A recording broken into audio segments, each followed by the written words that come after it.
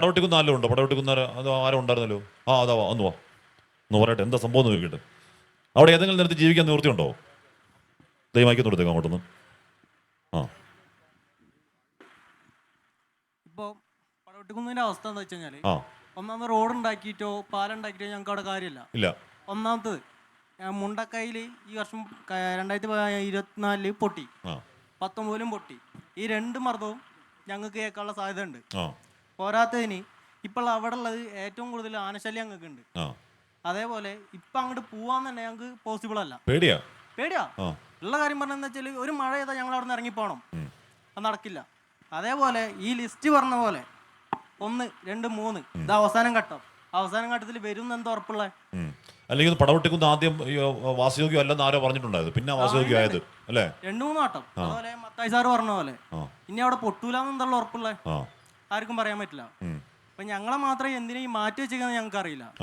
അതുപോലെ ഇന്ന് 30-ാം തീയതി ലിസ്റ്റ് ഇറങ്ങുമെന്ന് പറഞ്ഞേ, അതിൽ ഞങ്ങൾ ഉണ്ടാവോ ഇല്ലയോ എന്നുള്ള കാര്യം ഞങ്ങൾക്ക് അറിയില്ലല്ലോ. ആരതിനെ കുറിച്ച് പറഞ്ഞിട്ടുമില്ല. അതില്ലെങ്കിൽ ഞങ്ങൾ എന്ത് ചെയ്യണം? ഫ്രാൻസിസ് ഉണ്ടാവില്ലേ?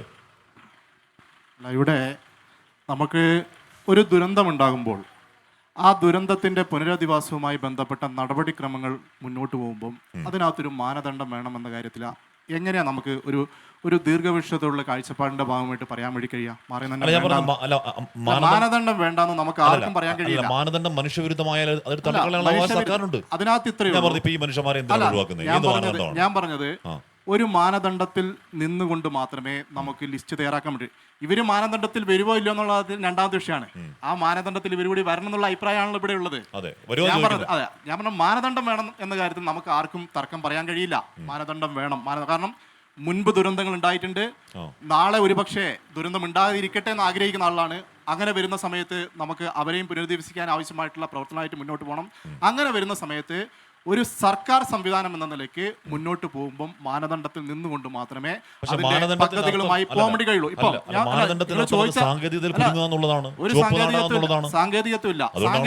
സാങ്കേതികത്വത്തിൽ കുടുങ്ങുകയാണെങ്കിൽ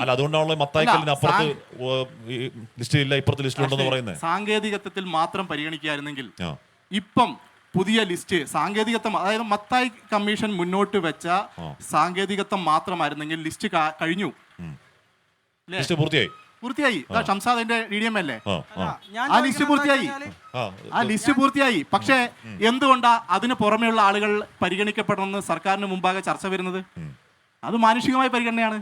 അപ്പൊ മാനുഷികമായ പരിഗണനയ്ക്കകത്ത് ദുരന്തത്തിന്റെ ഭാഗമായി ഏറ്റവും ദുരിതം അനുഭവിച്ച, അവിടെ ജീവിക്കാൻ വേണ്ടി കഴിയാത്ത, ഈ മാനദണ്ഡത്തിന് അകത്ത് സാങ്കേതികമായി വരാത്ത ആളുകളെ കൂടി പരിഗണിച്ചുകൊണ്ടാണ് പുതിയ ചർച്ച നടക്കുന്നത്. അതിനകത്ത് നമ്മൾ യാതൊരു ആശങ്കപ്പെടേണ്ട കാര്യമില്ല. ഓക്കെ പ്രശാന്ത്, ഇത് നമുക്ക് പരിചയമില്ലാത്തൊരു സംഭവമാണ്, നമുക്ക് പരിചയമില്ലാത്ത ഒരു ദുരന്തമാണ്. അപ്പോൾ അതിൻ്റെതായ അങ്കലാപ്പുകളും അതിൻ്റെതായ ആശങ്കകളൊക്കെ ഉണ്ടായിരുന്നു. അത് കഴിഞ്ഞത് 1 വർഷമാകുന്നു. ഇപ്പോൾ അവിടെ മാതൃകാ വീട് ഇന്നോ നാളെ പൂർത്തിയാകാൻ പോകുന്നു. കുറേ വീടുകളുടെ തറക്കല്ലിട്ട് കഴിയുന്നു. ജീവനോപാധി എങ്ങനെ ചോദ്യം അവിടെ നിൽക്കുമ്പോൾ തന്നെ ഇത് സ്വാഭാവികമായി ഉണ്ടാകുന്ന കാലതാമസം എന്ന് പറഞ്ഞുകൂടെ? അങ്ങനെ പറയാൻ കഴിയില്ല. കാരണം ഒരു ലിസ്റ്റ് ഉണ്ടാക്കാൻ സ്വാഭാവികമായ കാലതാമസം ഉണ്ടാകാം. ഒരു 2 മാസം, ഒരു 3 വാർഡിന്റെ കാര്യമല്ലേ ഉള്ളൂ. അല്ലാണ്ട് ബാക്കി കേരളത്തിലെ മുഴുവൻ ആളുകളുടെ ലിസ്റ്റ് അല്ലല്ലോ എടുക്കുന്നത്. വോട്ടർ പട്ടിക ഉണ്ടാക്കാൻ എത്ര കാലതാമസം എടുക്കുന്നുണ്ട്? അപ്പോൾ ഒരു ദുരന്തത്തിൽപ്പെട്ടിട്ടുള്ള ആളുകളെ കുറിച്ച് ആ നാട്ടിലെ ആളുകളെ ഒന്ന് വട്ടത്തിലിരുത്തി സംസാരിച്ചു കഴിഞ്ഞാൽ പോലും കിട്ടാവുന്ന ലിസ്റ്റാണ് ഇവർ പറയുന്നത്. ഇനി നാളെ ആകും, മറ്റന്നാളാകുമെന്ന് പറയുന്നത് അവിടെ തന്നെ ഏറ്റവും വലിയ പോരായ്മയാണ്. മറ്റൊരു കാര്യം പറയാം. ഈ ചൂരൽമലയിലുണ്ടായിട്ടുള്ള ദുരന്തം, പ്രകൃതി ദുരന്തം, ആ നാട്ടിലെ ജനങ്ങളെ ക്രൂരമായി തന്നെ കൊണ്ടുപോയി വേദനിപ്പിച്ചു എന്ന് നമുക്ക് പറയാൻ സാധിക്കും. ആ പ്രകൃതി കുറേ ആളുകളെ മരണത്തിലേക്കും കുറേ ആളുകളെ ആ നാട്ടിൽ നിന്ന് മറ്റൊരു നാട്ടിലേക്കും പറഞ്ഞു വിടുകയാണ് ഉണ്ടായിട്ടുള്ളത്. പ്രകൃതി തീരുമാനിച്ചു അവിടെ ഇനി ആരും വേണ്ടാന്ന്.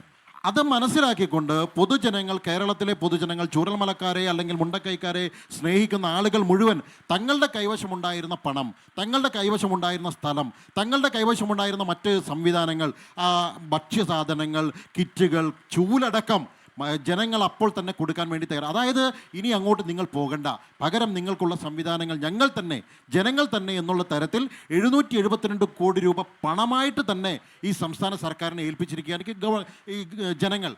പക്ഷേ പിന്നീട് നമ്മൾ കണ്ടതെന്താണ്? ഈ പണമൊക്കെ സമാഹരിക്കുകയും ബാക്കി കാര്യങ്ങളെല്ലാം സ്വരൂപിക്കുകയും ചെയ്തതിന് ശേഷം നമ്മൾ പിന്നീട് മനസ്സിലാക്കുന്നത് മത്തായിക്ക് ശേഷവും മത്തായിക്ക് മുൻപും എന്ന് പറയേണ്ടി വരും. മത്തായി വരുന്നതിന് മുൻപ് 1023 കുടുംബങ്ങൾ, ഞങ്ങൾ എല്ലാവരും പങ്കെടുത്ത സർവകക്ഷി യോഗത്തിൽ പറഞ്ഞിരിക്കുന്ന 1023 കുടുംബങ്ങൾ മത്തായിക്ക് ശേഷമില്ല. അപ്പം മത്തായിനെ കൊണ്ടുവന്നത് ഇവിടെ കുറച്ച് ആളുകളെ അവിടെ പുനരധിവസിപ്പിക്കണമെന്നുള്ള ആ ധാരണയോട് കൂടി തന്നെയാണ് എന്നാണ് ഞങ്ങൾ മനസ്സിലാക്കുന്നത്. അതിനുവേണ്ടി പ്രക്ഷോഭങ്ങൾ നടത്തി അങ്ങനെ ഒരു കുറ്റികൾ ഉണ്ടാവാൻ വേണ്ടി പാടില്ല, മത്തായിക്ക് അങ്ങനെ കുറ്റിയടിക്കാനുള്ള അധികാരമില്ല എന്ന് പറഞ്ഞപ്പോൾ ആദ്യം 100 പറഞ്ഞു, പിന്നെ 50 പറഞ്ഞു, പിന്നെ അത് 30 ആക്കി. അപ്പോൾ തന്നെ അത് തിരുത്തി കൊണ്ടുവരുന്നുണ്ടായിരുന്നു. പക്ഷേ നമ്മൾ മനസ്സിലാക്കുന്നത് ഈ മത്തായി കമ്മീഷൻ അങ്ങോട്ട് പോയതിന് ശേഷം പിന്നീട് വിവിധ തരത്തിലുള്ള മാനദണ്ഡങ്ങൾ, അതായത് ഓട്ടോറിക്ഷ കിട്ടിയവൻ തൊഴിൽ സംവിധാനത്തിൽ വരില്ല, ഓട്ടോറിക്ഷയ്ക്ക് ആരൊക്കെയോ സംഘടിപ്പിച്ചു കൊടുക്കുന്നതാണ്. അതുപോലെ തന്നെ എസ്റ്റേറ്റിൽ തൊഴിലിന് പോകുന്ന ആളുകൾക്ക് മറ്റ് ആനുകൂല്യങ്ങൾക്ക് അർഹതയില്ല. ഇങ്ങനെ തുടങ്ങിയിട്ടുള്ള വിവിധങ്ങളായിട്ടുള്ള മാനദണ്ഡങ്ങൾ കൊണ്ടുവന്നുകൊണ്ട് ദിവസം, ഇപ്പോൾ അദ്ദേഹം പറഞ്ഞതുപോലെ ദിവസം തോറും ഈ കാർഡും ഏതൊക്കെ കാർഡുകളുണ്ടോ ആ കാർഡുകളൊക്കെ പൊക്കി പിടിച്ചു പോകുന്ന ഒരു സ്ഥിതിവിശേഷം. കളക്ട്രേറ്റിലൊക്കെ എവിടെ പോകാൻ പറ്റുമോ അവിടെയൊക്കെ അവർ പോയിക്കൊണ്ടിരിക്കുകയാണ്. ഞാൻ മറ്റൊരു കാര്യം, ഈ പടവട്ടിക്കുന്നിലെ ആ സുഹൃത്ത് പറഞ്ഞു, പടവട്ടിക്കുന്ന ഒരു സമൂഹത്തിൽ ജീവിക്കണമെങ്കിൽ ഹാഷ്മി ഏറ്റവും കുറഞ്ഞത് റേഷൻ കട വേണ്ടേ, ഏറ്റവും കുറഞ്ഞതൊരു മെഡിക്കൽ ഷോപ്പ് വേണ്ടേ, രാത്രിയിൽ ഒന്ന് സഹായത്തിന് ഒരു മണ്ണെണ്ണയോ അല്ലെങ്കിൽ തീപ്പെട്ടിക്കെങ്കിലും തൊട്ടടുത്ത വീടുകളിൽ പോണ്ടേ, ഒരു റോഡോ സംവിധാനമോ വീടോ മറ്റു കാര്യങ്ങളോ എന്തെങ്കിലും പരസ്പരം സഹായിക്കാം. വെറും 27 കുടുംബങ്ങൾ അവിടെ നിന്നോട്ടെ എന്ന് പറഞ്ഞാൽ അതിനേക്കാളൊക്കെ ഭീകരം കൂടെ ഉണ്ടായിരുന്ന 100 കണക്കിന് മനുഷ്യർ മരിച്ച സ്ഥലത്ത് എങ്ങനെ ജീവിക്കുന്നു? നേരെ മുൻപിൽ കാണുകയാണ്. ഇവർ പകുതി ആളുകൾ ആ ഭൂമിക്കടിയിൽ കിടക്കുകയാണ്. ഇവരെ നെഞ്ചത്തോടു കൂടി ചവിട്ടി കയറിപ്പോയി ഞങ്ങൾ അവിടെ താമസിക്കണം, നിങ്ങൾ അവിടെ താമസിച്ചേ മതിയാകുള്ളൂ എന്ന് പറയുന്നത് എങ്ങനെ അംഗീകരിക്കാൻ സാധിക്കും? ഒരിക്കലും സാധിക്കില്ല.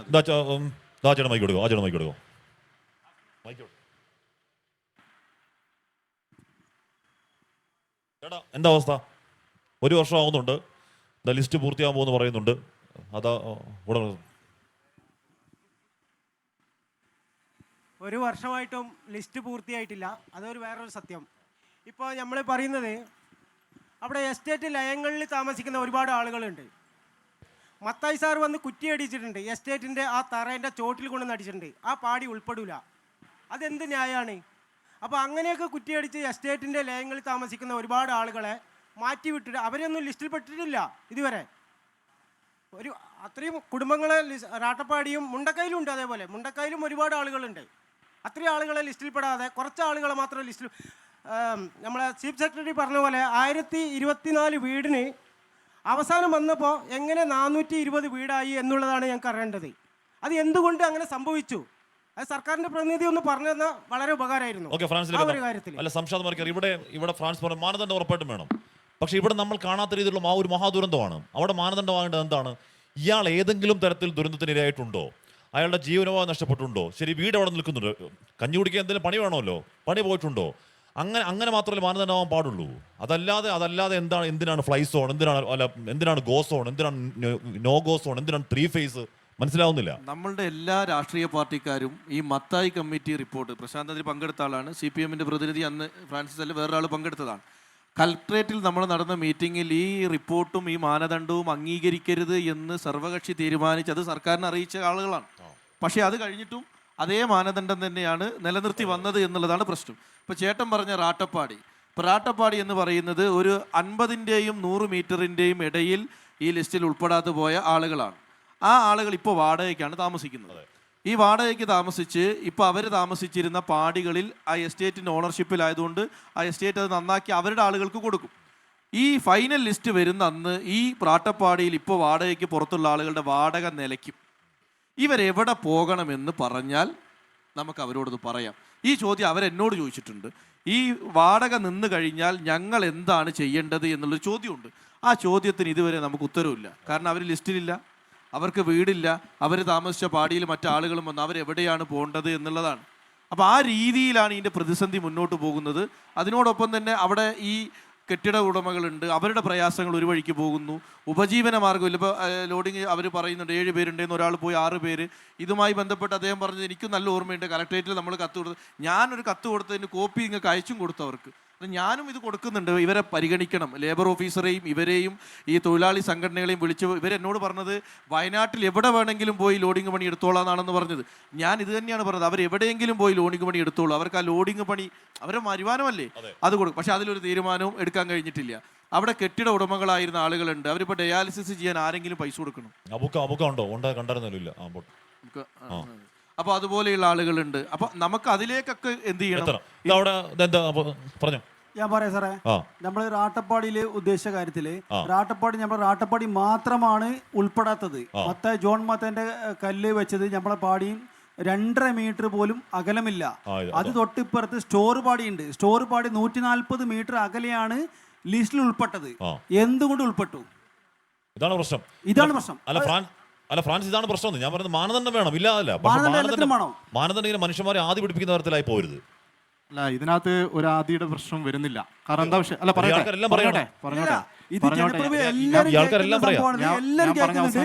അല്ല, ഒരു ഞാൻ പറഞ്ഞ അവസാനിച്ചാൽ ആദ്യം അവസാനിക്കും. ഞാൻ പറഞ്ഞ അവസാനിച്ചാൽ ആദ്യം കഴിയും. സാറിന് അവസരം തരാം, കുഴപ്പമില്ല. ഇപ്പൊ എല്ലാവരും കേൾക്കുന്നല്ലോ, എല്ലാവരും കേട്ടോട്ടെ. ഇപ്പൊ റാട്ടപ്പാടി, ചൂരമലി, പടവട്ടിക്കുന്ന് 27 വീടുണ്ട്. അട്ടമല 17 വീടുണ്ട്. അതേപോലെ നമ്മളെ മുണ്ടക്കയിലും 14 വീടുണ്ട്. റാട്ടപ്പാടി 24 വീടുണ്ട്. ഈ വീടുകളൊന്നും മാനദണ്ഡം പാലിക്കാതെ എങ്ങനെ നിങ്ങൾ റാട്ടപ്പാടി ബേലിപ്പാലത്തിന് അപ്പുറത്തുള്ള റാട്ടപ്പാടി തൊട്ട് ഇപ്പുറത്തെ സ്റ്റോർ പാടി, ആ 2 പാടി മാത്രം എങ്ങനെ നിങ്ങൾ ലിസ്റ്റിൽ ഉൾപ്പെടുത്തി? ഒരു കാരണം പറയേ സാറൊന്ന് പറയും. അല്ല, ഇതില് ഞാൻ നേരത്തെ തന്നെ പറഞ്ഞിരുന്നു, നമ്മുടെ ആദ്യം ജോൺ മത്തായി എന്ന നിലയ്ക്ക് മാനദണ്ഡത്തിന്റെ ഭാഗമായി വന്ന ലിസ്റ്റ് നേരത്തെ തന്നെ വന്നു. അതിന് പുറമെ കുറച്ച് ആളുകൾ വരേണ്ടതുണ്ട്. അതിനകത്ത് ആർക്കാ തർക്കമുള്ളത്? പുഴയെന്ന് അളവെടുത്താൽ 140 പറയാനുള്ള അവസരം തരൂ. കഴിയോ? അങ്ങനെ നമുക്ക് ഒരു ചർച്ച മുന്നോട്ട് പോകാൻ വേണ്ടിയിട്ടില്ലോ. അപ്പം അതിനകത്ത് ഈ മാനദണ്ഡത്തിന്റെ ഭാഗമായി ഒരു മാനദണ്ഡം നിശ്ചയിക്കുമ്പം അവിടെ ഒരു കുറ്റി അവിടെയല്ലേ അടിക്കാൻ പറ്റുള്ളൂ. കുറ്റി മാറ്റിയടിക്കാൻ കഴിയില്ല. പിന്നെയുള്ള പ്രശ്നം എന്ന് പറയുന്നത്, നമ്മളിവിടെ നേരത്തെ പറഞ്ഞ ഈ മാനദണ്ഡത്തിൻ്റെ പുറത്ത് വരുന്ന ആളുകളെ എങ്ങനെ പരിഗണിക്കണം എന്നുള്ളതാണ്. അത് വിവിധ തരത്തിൽ പരിഗണിക്കാം. നമുക്കിതിൻ്റെ ഭാഗമായിട്ട് ലിസ്റ്റിനകത്ത് ഉൾപ്പെടുത്താൻ വേണ്ടി കഴിയുന്ന പരമാവധി ആളുകൾ ഉൾപ്പെടുത്താം. ഇനി നിരവധിയായിട്ടുള്ള സന്നദ്ധ സംഘടനകൾ, നമുക്ക് ആവശ്യത്തിൽ കൂടുതൽ വീടുകൾ ഇവിടെ പ്രഖ്യാപിക്കപ്പെട്ടിട്ടുണ്ട്, അല്ലേ? കോംപ്ലിക്കേഷൻ എന്തിനാണ്? ഞാൻ പറഞ്ഞത് ഈ പറഞ്ഞ 3 വാർഡിലുള്ള സകല മനുഷ്യന്മാരെ രക്ഷിക്കാനുള്ള പൈസ ഈ കേരളം കൊടുത്തിട്ടുണ്ട്, ഇല്ലേ? ഈ കേരളം കൊടുത്തിട്ടുണ്ട്. പണമുണ്ട്. 800 കോടിയോളം രൂപ സർക്കാരിന്റെ പക്കലുണ്ട്. എന്തിനാണ് കോംപ്ലിക്കേഷൻ? അന്തിമ ലിസ്റ്റ് വരുന്ന സമയത്തല്ലേ നമുക്ക് അതുമായി ബന്ധപ്പെട്ട് കൂടുതൽ ചർച്ച. ഒരു വർഷമായി അന്തിമ ലിസ്റ്റിന്റെ കാലതാമസവുമായി ബന്ധപ്പെട്ട് ഒരു ചർച്ച ഇവിടെ ഉണ്ടായി. ആ ചർച്ചേന്റെ അതിനകത്ത് സൂചിപ്പിക്കാനുള്ള ഇത്രേ ഉള്ളൂ, ആ ലിസ്റ്റ് വരുന്ന സമയത്ത് അത് കുറ്റമറ്റതായ ലിസ്റ്റ് വരണമെന്നതാണ് സർക്കാരിന്റെ കാഴ്ചപ്പാട്. അതിന്റെ ഭാഗമായിട്ടാണ് നേരത്തെ ഇവിടെ സൂചിപ്പിച്ച ഓരോ പ്രദേശങ്ങളില്ലേ, അതായത് പടവെട്ടിക്കുന്നുണ്ട്, റാട്ടപ്പാടി ഉണ്ട്, അതുപോലെ തന്നെ മാട്രക്കുന്നിന്റെ ഭാഗമുണ്ട്, ഇപ്പുറത്ത് ബാക്കി ഇതുമായി ബന്ധപ്പെട്ട പിന്നെ അട്ടമല ഭാഗമുണ്ട്. ഇതിനെല്ലാം കൃത്യമായി അവരുടെ സാഹചര്യങ്ങൾ നേരത്തെ ഹാഷ്മിയുടെ സൂചിപ്പിച്ചല്ലോ.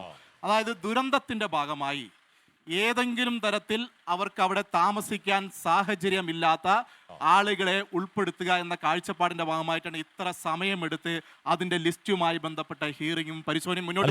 വീട് മാത്രമല്ല ഇവിടെ പ്രശ്നം ഈ ഉരുൾപൊട്ടലിൽ ഇതെങ്ങനെ ബാധിച്ചു? ഇത് ബാധിച്ച മനുഷ്യന്മാരെ മുഴുവൻ കാത്തുരക്ഷിക്കാനുള്ള പൈസ കേരളം സർക്കാരിനെ ഏൽപ്പിച്ചിട്ടുണ്ടല്ലേ? ഉണ്ട്. അത് ചെയ്യുന്ന കാര്യത്തിൽ യാതൊരു തർക്കമില്ല. അത് ചെയ്യും. അത് ചെയ്യാൻ ഇച്ഛാശക്തിയുള്ള സർക്കാരാണ് കേരളത്തിലുള്ളത്. അത് ചെയ്യാൻ ചെയ്യും. അതിനകത്ത് ഒരു തരത്തിലുള്ള ആശങ്കയും പെടേണ്ടതില്ല എന്ന് സൂചിപ്പിക്കാനുള്ളത്. മറ്റൊന്ന് ഇവിടെ സൂചിപ്പിച്ചു ആരോ, പിന്നെ ഷംസാദ് തന്നെയാണ്. ചില പ്രദേശങ്ങളിൽ ഇപ്പോൾ അവിടെ പിന്നെ സർക്കാർ സൂചിപ്പിച്ചിരുന്നു, അവിടെ പുനരധിവാസവുമായി ബന്ധപ്പെട്ട നടപടിക്രമങ്ങൾ പൂർത്തിയാകുന്നവരെ അവിടെ ആർക്കെങ്കിലും സഞ്ചാരയോഗ്യമല്ലാത്ത പ്രദേശം ഉണ്ടെങ്കിൽ അവർക്കുൾപ്പെടെ വാടക കൊടുക്കുന്ന സർക്കാർ പറഞ്ഞിട്ടുണ്ട്. ഈ പറഞ്ഞ പ്രദേശത്തുള്ള എവിടെയെങ്കിലും അതിനകത്ത് ഉൾപ്പെടാത്ത വിഷയം ഉണ്ടെങ്കിൽ അവർക്ക് ആവശ്യമായിട്ടുള്ള സഞ്ചാരയോഗ്യമായിട്ടുള്ള മുഴുവൻ പ്രവർത്തനങ്ങളും പൂർത്തിയാകുന്നവരെ വാടക കൊടുക്കുന്നു പറഞ്ഞിട്ടുണ്ട്. അപ്പൊ അതുകൊണ്ട് അതിനകത്ത് ആശങ്കപ്പെടേണ്ട കാര്യമില്ല.